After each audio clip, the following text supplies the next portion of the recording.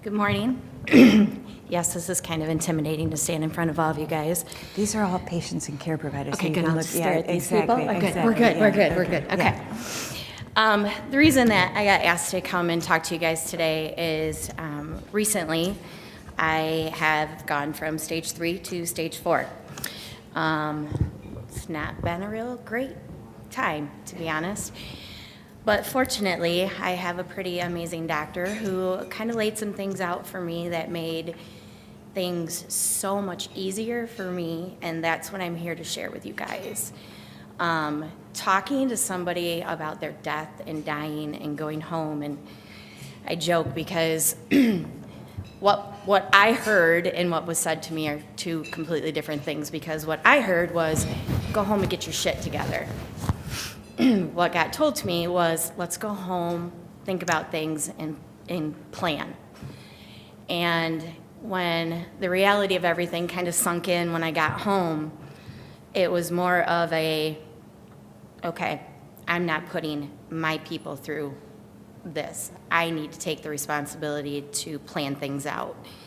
And it kind of comes down to, my best friend got killed 5 years ago, and when we cleaned out her house with her mom, I just remember her mom constantly looking at me going, what do I do with this? What do I do with this? Because she had never got to hear from Angie what she wanted done with her things. And that was a really big, important thing for me, because I have a 5-year-old now, she turned 5 yesterday. I wanted to make sure that when I went home and got my shit together, it was, I could do it. When you get cancer, the one thing that people don't realize is it takes everything away from you. You don't get to plan anymore. You don't get to think for yourself anymore. You don't get to make decisions that you want to make, because now you're making decisions for everybody else, because the decisions we make typically aren't for us. They're for our families. You know, I mean, do I want to go sit every week and get jacked up on chemo? No, but I have a 5-year-old daughter who needs me. So in this going home and getting my shit together, it gave me time to go home and think about the things that were important to me to make sure that Harper got. The things that I could set aside for her to have if I don't make it, which stage 4, we know, it's kind of a crapshoot.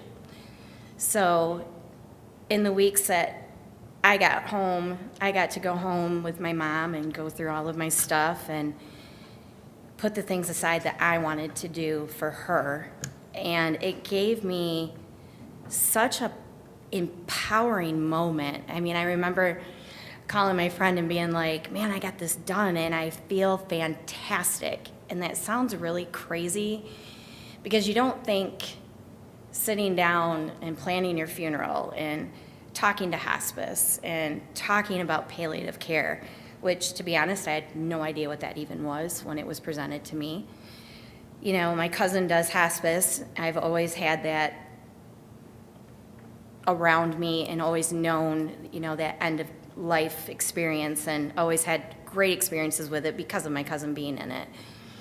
You know, I went home and called Brandy, and she came over and we had our talk, and I have a girlfriend who's an attorney, and we sat down and did my will.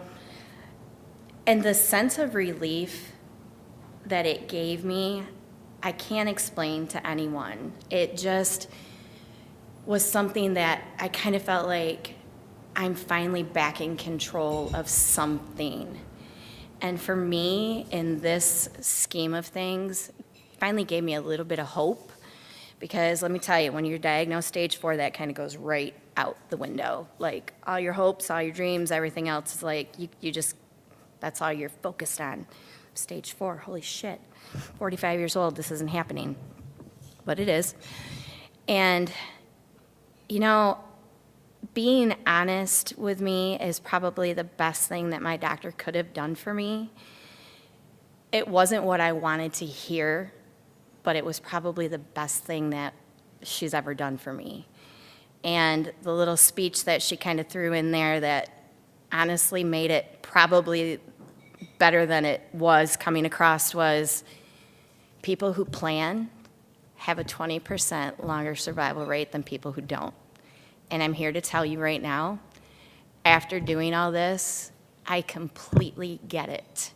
Because the sense of relief that I didn't leave all this shit for my mom to do, for my boyfriend to handle, or someone else, that I got to make those decisions, and I was in the right mind frame to make those decisions. And I wasn't so sick that I'm not making good decisions or I'm not thinking things through. It was, okay, I got this bad news, but I got to make the best of it. And, you know, that 20% extra, I get that, and that's what I'm holding on to. And so for me to go home and plan my stuff out and do that, I know what a hard conversation we had, and I know the tears that were shed between us in the office. And all I can say to you guys is, honesty is all we want. You know, your honesty with us is what gives us the hope and courage to continue doing what we're doing. Because coming in and sitting down in your office, knowing you're going to get bad news, hoping for good news, but knowing you're going to get bad news, and getting bad news, and then having someone who's honest enough to tell you the truth and honest enough to give you the option of doing these things ahead of time, it's huge. And I can't tell you how huge it was for me, because now that this stuff's all done, I can go back to focusing on driving her crazy with all the stuff that I'm looking up online, like, can we try this? Can we try this? Can we try this? So I just want to say, you know, if you think those conversations are hard to have, they're hard to hear, but in the long run, probably the best conversation you could ever have with us is the honesty and the truth and the hope and the courage that it gives us to keep going, because you just gave us some power back that we lost. So I hope my story helps you guys be able to talk to these people who may be a little bit more difficult to talk to. Use my story, I don't care. But that 20% is what I'm holding on to, and if that's all it takes to give me a little bit of extra, then that's what I'm gonna do. So, thank you.